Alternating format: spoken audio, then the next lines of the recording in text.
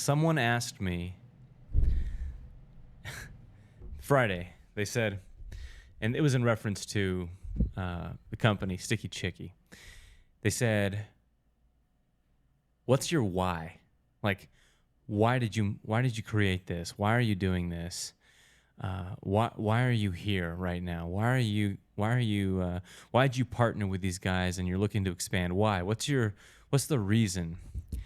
And when he asked me that, like, first of all, I wasn't expecting him to ask me that. Not that it mattered, but I hadn't thought about that in a while. And at the time, my answer was, honestly, I don't even remember my answer. It wasn't the real answer.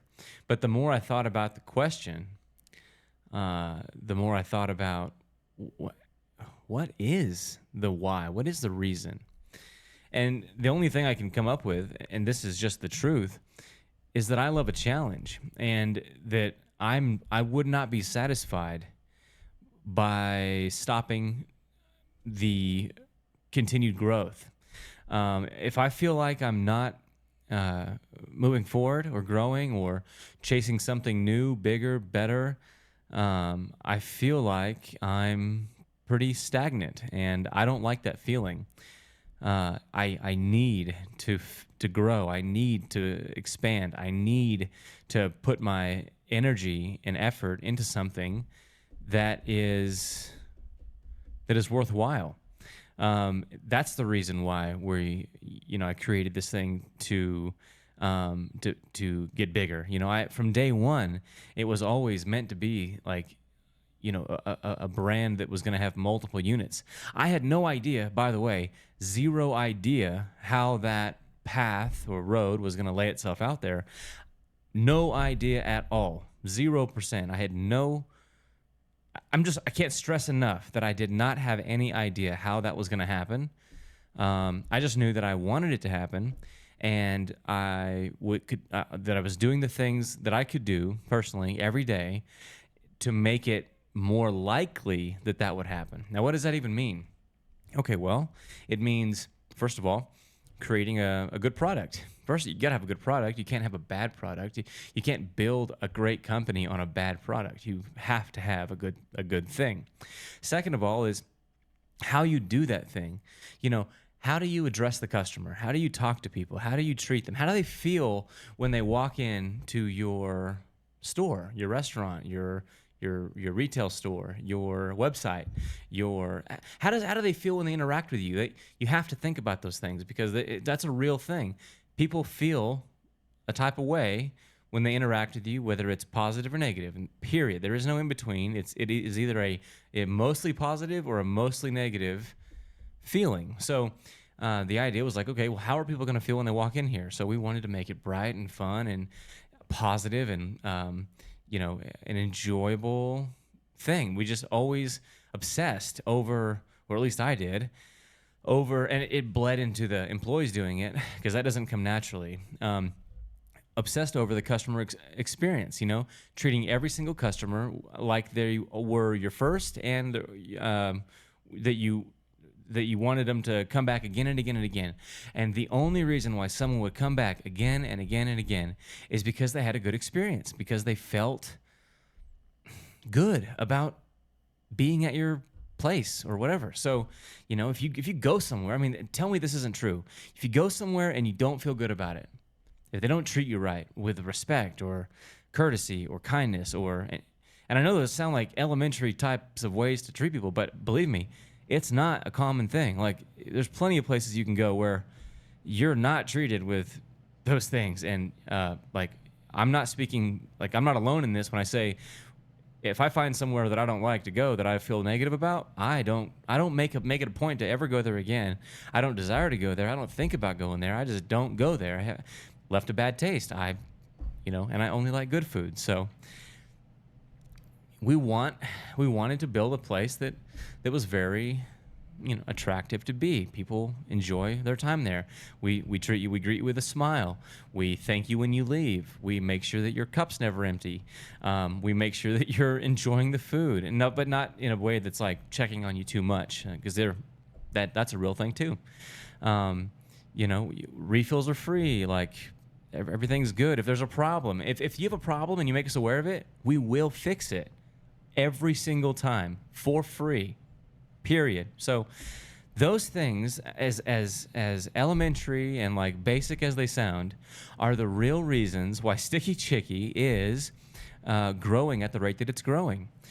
In addition to the fact that I partner with a couple of guys that are just phenomenal and are far more skilled in certain areas than I am, and that we only contribute to one another in ways that I could never do alone. So for the first reasons and those reasons, Sticky Chicky's is blowing up. So anyway, he asked me, what's your why? And my why is, well, I love to grow.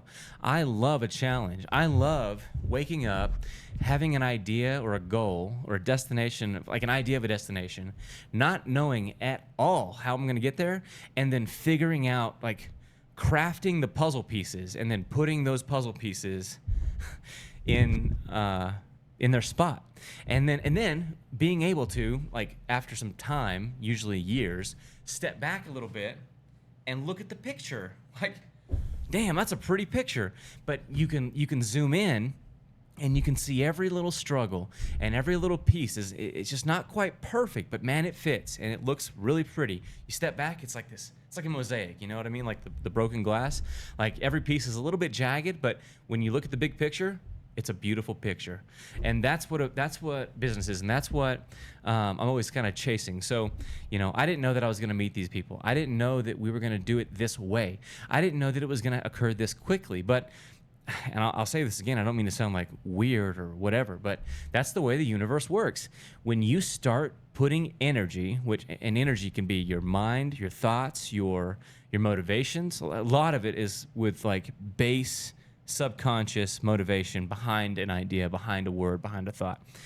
You start putting that type of energy into something, the universe responds. It has to. It is like a law. Now, it doesn't always have to be good, because it will respond to negative emotions. It doesn't know the difference between negative and positive. Like, we are the ones that decide or perceive what is a good thing, what is a bad thing.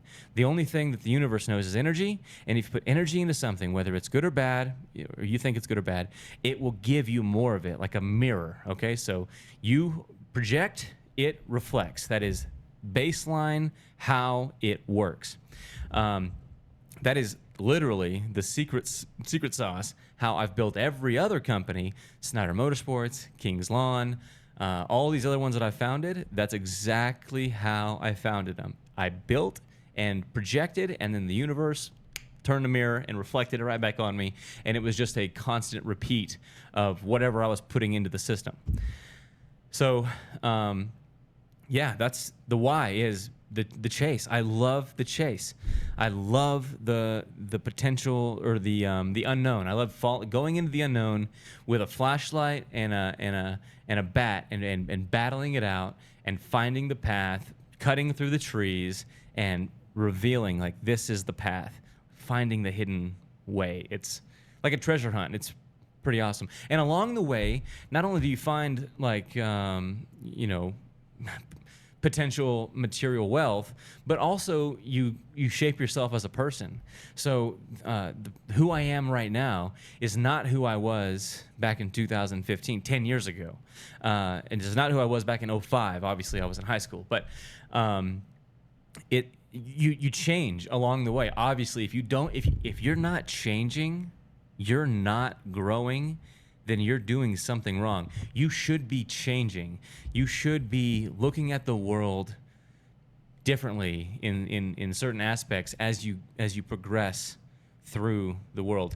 You should be aware of paths that don't bear fruit. You should know that when you come to a fork in the road, like, hey, you should recognize I've been here before, and I know that if I go left, well, that's gonna end in a rock pit. But if I go right, which, you know, maybe you didn't go right last time, you should just go right and make a different decision. I have a perfect scenario, or a perfect example of that exact scenario that actually we talked about on Friday as well, which was well, not the same guy, actually, same question, same like conversation. I'm not sure if he prompted this or not, but it was definitely the same conversation. I think one of my partners might have said, "Hey, you know, we know that it was difficult for Jordan to to allow us in. I had to interject because honestly, it wasn't hard. And the reason it wasn't hard was in the past, and this was literally 10 years ago, in 2015, when I had my power sports company, I had an individual that expressed interest in becoming my partner in that business. And out of pure what we're gonna call it uneducated greed. Uneducated greed. I hadn't ever been there before. I thought that I built it. I had it. It was me, even though it was with this specific employee's help that we had, been able to build the specifically the repair side of the business significantly, because he was such a key factor in that I didn't have to do it every day, and I could work on the business versus in the business, which is what he was doing, which are both necessary, by the way. Obviously every business has to have people that work in the business, and you've got to have people that work on the business. It takes both. You can't just work on the business and not have anybody that works in the business, because then it won't be a business. You can't just work in the business, because then it'll never grow in any substantial way. So it takes both parties. But he was one of the parties doing the actual turning of the wrenches, quite literally and figuratively. So I did not realize this. I was blinded. I was completely, when I think back to the situation, I was such an adolescent, so greed-filled, thinking that I did it all on my own and that I could just replace this person like that, when that was nothing but like furthest from the truth. Especially at that time, I said no. I said, okay, well, all right, the company is worth X, and I knew that he didn't have like the money to buy any amount of equity. I'm like, okay, the company's worth this.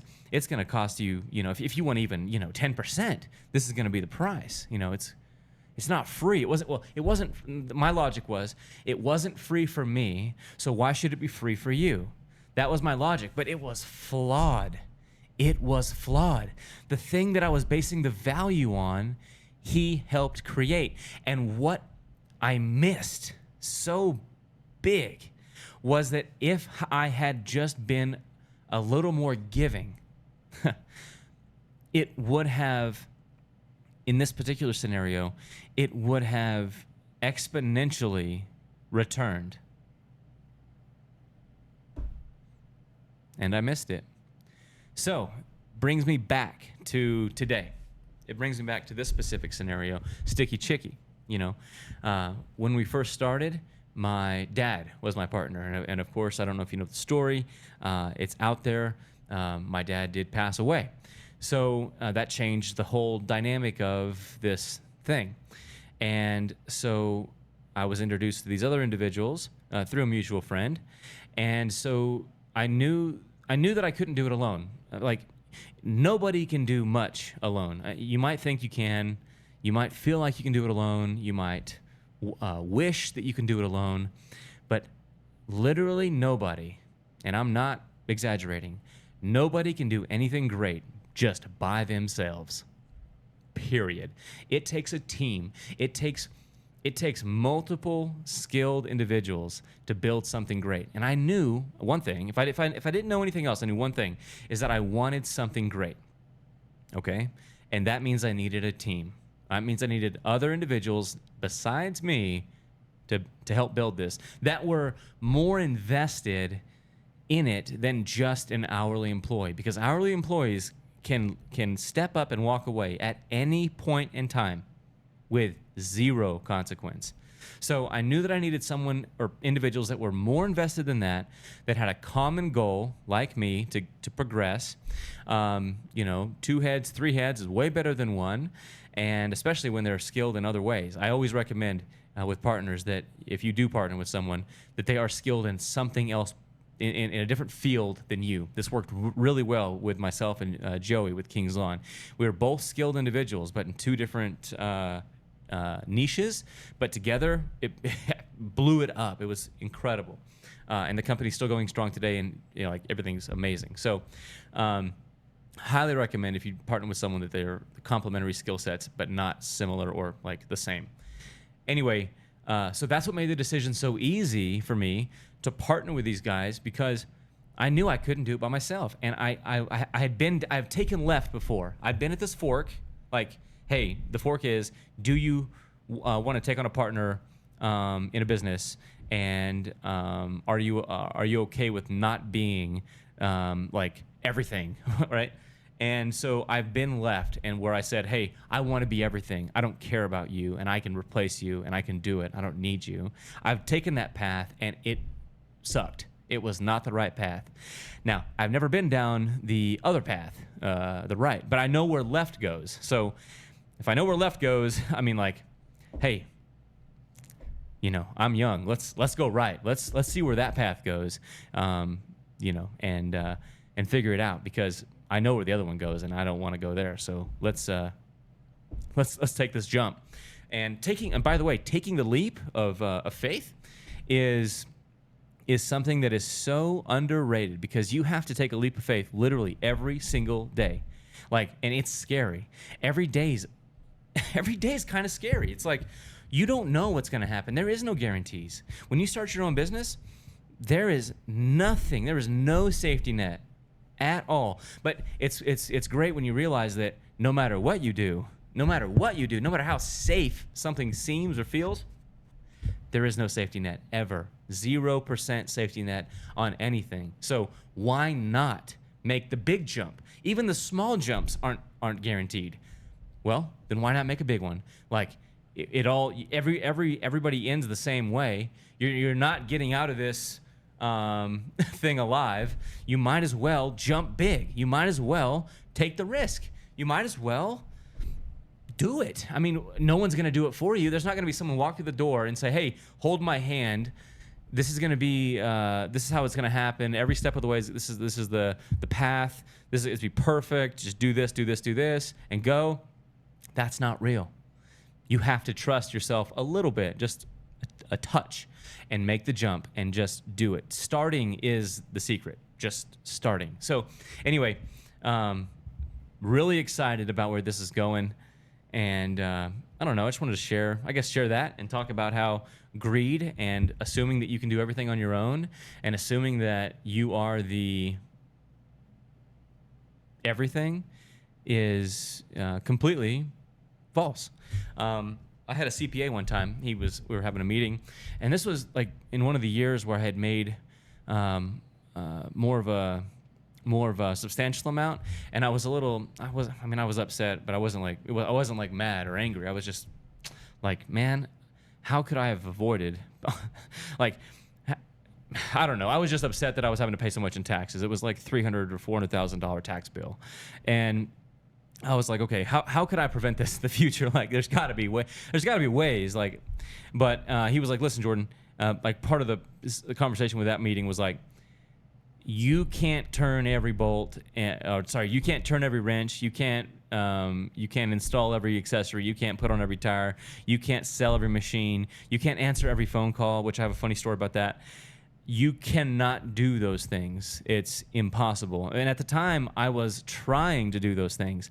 I'm not even kidding you. My phone would ring every 2 minutes, like on the dot almost. My phone number was on the side of every single machine we'd ever sold, so that just exponentially got more. And it was on like 15 billboards. It was on every ad. It was on every post. It was on every single thing we'd ever put out there, ever. That phone number, which I still have, by the way, and I still get calls for underseat gun mounts and stuff. So I was literally trying to answer every phone call. I wanted to screen every call. Impossible. I wanted to talk to every customer before they brought the machine in. Impossible. Yeah, so then when I started the second business, third, I don't know, it's King's Lawn, the landscaping company, which was totally different than Power Sports. We immediately got a secretary, immediately got an operating software, immediately got a company phone, immediately got an office. Like, all these things that I didn't do in the beginning with the first business, we did with the second business. And it worked so much better. There was no doubt. I mean, within a few months, we were doing a few $1 million, or not a few months. Sorry, within the first year, and it was just a significantly better system than trying to do it all by yourself. So yeah, if you are a business owner and if you are still trying to do all these things yourself, I'm telling you right now, you are the reason why you're not growing. You're the bottleneck. You're the problem. So like, stop being the problem. Start working on your business, not in your business. And I know that might sound like an insurmountable task or an impossibility, but I promise you that it's not. I promise you that it's worth it. I promise you there's people out there that are willing to help you, and you have to have faith in them just like they have faith in you, just like you should have faith in yourself, trust yourself to do it. And I promise you'll succeed. You'll grow. It's going to be painful for 2 months. Then after that, it's not painful anymore. But that's the threshold that most people don't make it through. Those two to 3 months in the beginning, they are hell. You are burning cash. They are so rough, and it's hard to see past a wall of burning cash. It's like, man, did I mess up? Did I make the wrong decision? Am I dumb? I've thought this before. Do I not know what I'm doing? Like, even though I've got these past successes, and I'm using the logic of, okay, I know I've been down this path. I don't want to go down that path. I want to go down this path and try this. Refinement. Even though I'm using the refinement strategy, even though I've done it before, even though I've been through similar things with other businesses, which, by the way, all businesses are essentially identical except for the thing they do, the service or product, but everything else is the same. A P&L is a P&L for any kind of business. It doesn't matter what it is. And there should only be one goal on that P&L, which is to not have stuff in parentheses. And so you should find people, and you should understand, or you need to understand, that it's going to hurt. But then after the pain is relief. And the relief after that threshold lasts a lot longer than the pain. And you've got to be willing to do that for a very long time, even after you get bored. And the problem that I've had in the past is that I get bored really, really easy. And so now that I know that about myself, I'm attempting to work around that and not get bored. So or at the very least realize, hey, I'm bored, but that's okay. Keep doing it. Like, don't change it up because you're bored. You're gonna get bored. If you have an entrepreneurial spirit at all, which you probably do if you started your own business or whatever, you're gonna get bored at some point in time. And the trick is just to keep going after you get bored, because that's where the real fun starts. Honestly, it's like another, you hit another threshold of pain because you're working through the boredom, but then you blow up even more, and it makes it a funner. That's happened to me one time, and it was fun. I was working. It was great. I was bored. I kept working, and it blew up. And we bought a Lambo and stuff. So it was pretty cool. But I don't know everything like at all. I'm still learning. I've been told I'm young. I don't feel that way, but I know that there's still decades in the future that I have to work on this stuff. But I've been through a decent amount, starting so young, and so I feel like I have a little bit of insight, at least more than I did, obviously, 10 years ago, because I've been in business now for almost 14 years. So haven't worked for someone for 14 years. So it feels pretty great, but it's also kind of wild to think about that. Because when I first started, my biggest concern, my biggest question mark in my brain was like, how am I going to get customers? I was a 20-year-old individual that had a mortgage, had a vehicle that wasn't paid for, had a girlfriend, whatever. And I quit a $60,000 a year job, which I got right out of college, which I was like, okay, well, this is fine. But I want something more. I don't like 9 to 5. I feel like I'm wasting my time. I would work 9 to 5 or whatever, and then I would go work 5 to like midnight on my stuff. And, but I wanted to work on my stuff all the time. And, but I was afraid that I wasn't going to have enough customers. But reality is, I should have been more worried about how am I going to take care of all of the customers that I'm going to have. Not having customers was the smallest problem. The biggest problem was I had too many customers, and I didn't have enough infrastructure or personnel to take care of the people. And that was a problem that plagued me for 4 years. It took me 4 years to recover from the first year of under like not being prepared enough. I was underprepared, and that I paid for that for 4 years.